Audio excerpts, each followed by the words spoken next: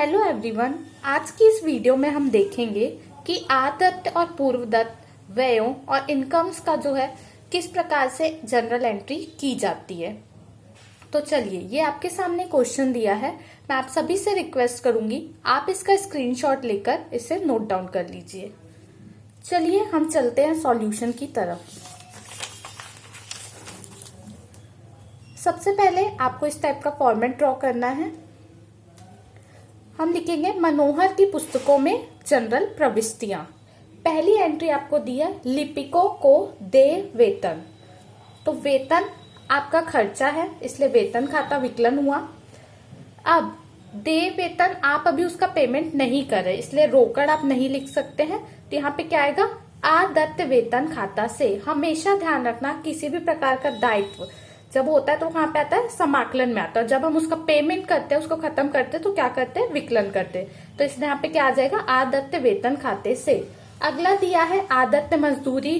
फिर से मजदूरी आपका खर्चा, इसलिए विकलन हुआ किससे, आदत्त मजदूरी खाते से। तीसरे नंबर पर दिया है भाड़ा अग्रिम दिया, मतलब आपने एडवांस में किराया दे दिया। मान लीजिए आप मार्च में सत्र खत्म हो रहा था, आप अपना रेंट पे करने गए, आपने मालिक को बोल दिया कि अप्रैल और मई 2 महीने का और किराया अभी से एडवांस में जमा कर लीजिए। तो वो क्या हो गया, आपके लिए संपत्ति हो गई। आप कहीं भी एडवांस में पेमेंट कर रहे हैं तो संपत्ति कहाँ पे आती है, विकलन में। पूर्वदत्त किराया विकलन हो गया, आपके पास से रोकड़ जा रहा है, इसलिए रोकड़ खाते से। अगला आपको दिया है चंदन मिस्त्री को मरम्मत व्यय दिया।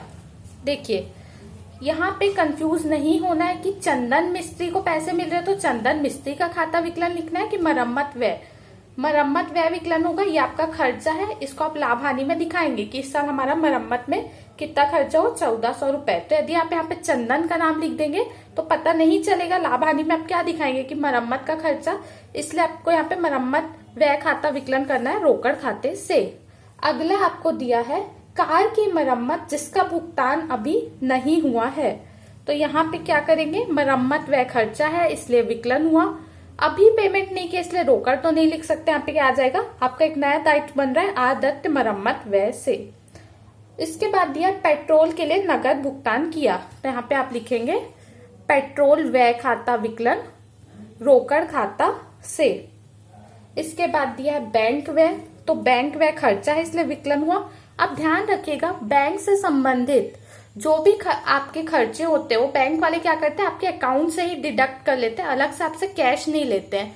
तो यहाँ पे आप क्या करेंगे, बैंक से आपका बैंक का खर्चा डिडक्ट हो जाएगा, आपका बैंक बैलेंस कम हो जाएगा। तो यहाँ पे क्या आ जाएगा, बैंक खाता से। जब भी किसी संपत्ति का अमाउंट कम होता है तो उसको क्या किया जाता है, समाकलन किया जाता है।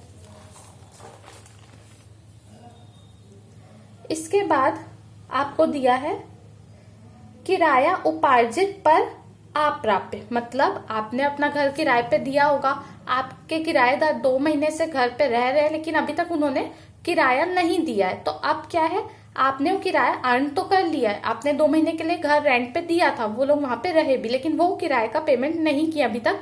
तो आपकी संपत्ति, यदि कोई आपको पेमेंट अभी तक नहीं किया तो आप उसके लिए लीगली केस भी फाइल कर सकते हैं, वो पैसा आपको भविष्य में मिलेगा। तो उपार्जित किराया खाता विकलन हो जाएगा, और किराया आपको मिलने वाला था तो किराया खाता से। आपके लिए किराया मिल रहा है तो क्या है, फायदा। किसी भी प्रकार का फायदा क्या होता है, समाकलन।